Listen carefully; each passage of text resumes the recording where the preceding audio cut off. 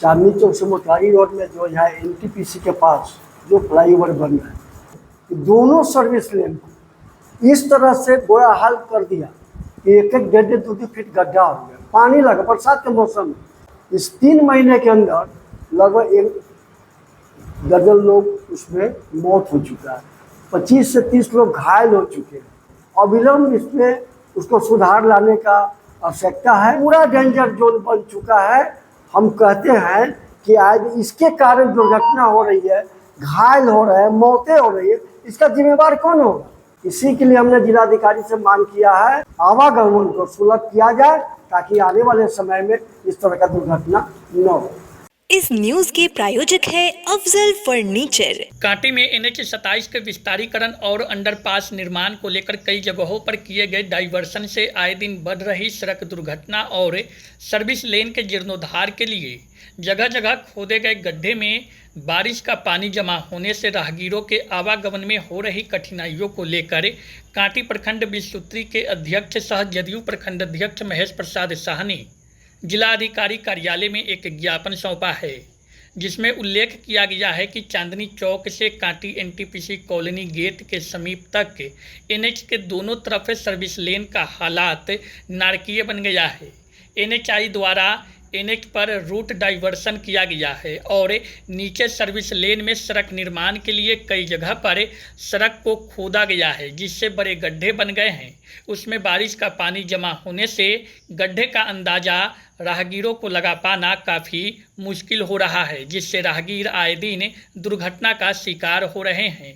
उन्होंने जिलाधिकारी से मांग किया कि NHI की लापरवाही के कारण हो रहे दुर्घटना को रोकने के लिए उचित दिशा निर्देश दिया जाए ताकि राहगीरों का आवागमन सुगम हो सके। लेकर आपके द्वारा जिलाधिकारी को सौंपा गया है, क्या है संदर्भ, क्या मामला है?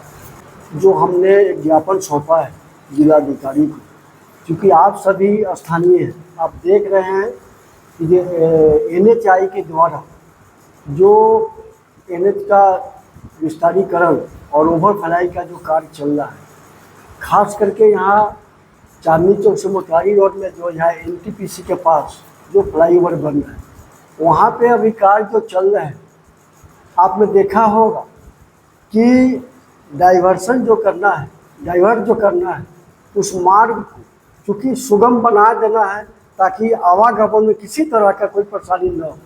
और ख़ासकर कांटी से नज़दीक होने के कारण 2 पहिए 3 पहिए इस तरह की भी गाड़ी के ज़्यादा उस पर लोड होता है।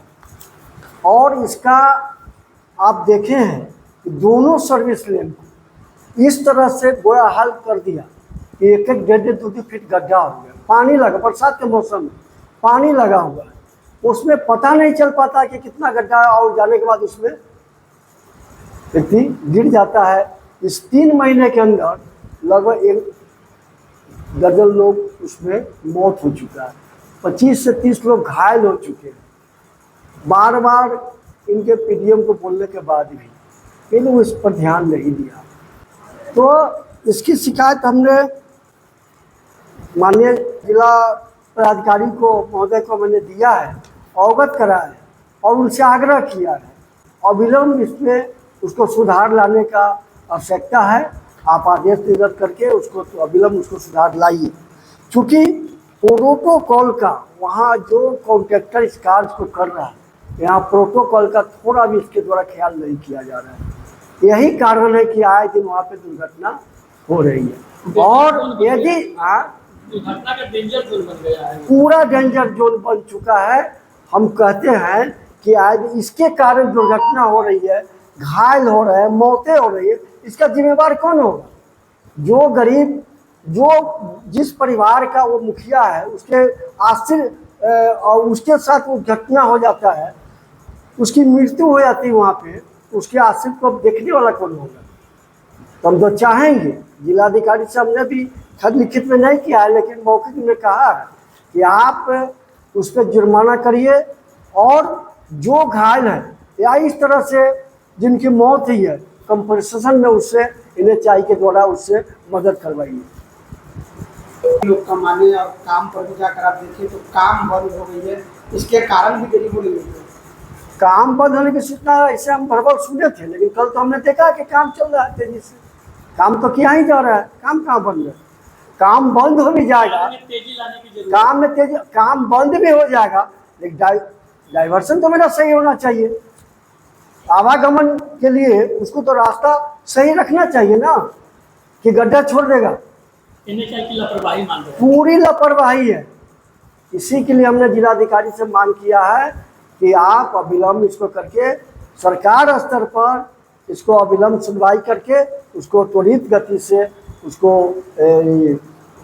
उस रास्ते को, आवागमन को सुलभ किया जाए, ताकि आने वाले समय में इस तरह का दुर्घटना न हो।